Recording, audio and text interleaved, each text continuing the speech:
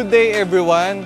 Tara, samahan niyo ko at i-welcome at i-congratulate natin ang ating bagong mobile cart negosyante dito sa Ampid 1 and 2, San Mateo, Rizal.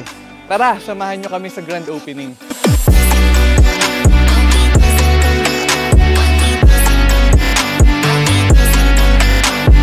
Actually sa case namin, kami, returning OFW. So nung pagbalik namin, ito yung agad yung nakita namin na magandang opportunity para sa amin. So nag-decide kami na ito yung choice namin para dun sa business na gagawin namin, coming back to Philippines. Po kasi 2021 pa lang, naka-follow na ako sa The KRTs. Before pa na nag-isip kami ng kung anong business yung ipuput up namin pag uwi namin ng Pinas. So ito na yung sinuggest ko sa kanya. Nung pinanood naman niya, nagustuhan niya. Bali nung napanood ko kasi yung YouTube video presentation ni Sir Ray, ang talagang nag-stick sa mind ko nun was yung mobility niya and zero rental fee. So which is very big factor para sa mga starting businesses dahil mostly sa mga multi businesses, isa yun sa malaking concern nila. So yun yung initially big factor ng decision namin.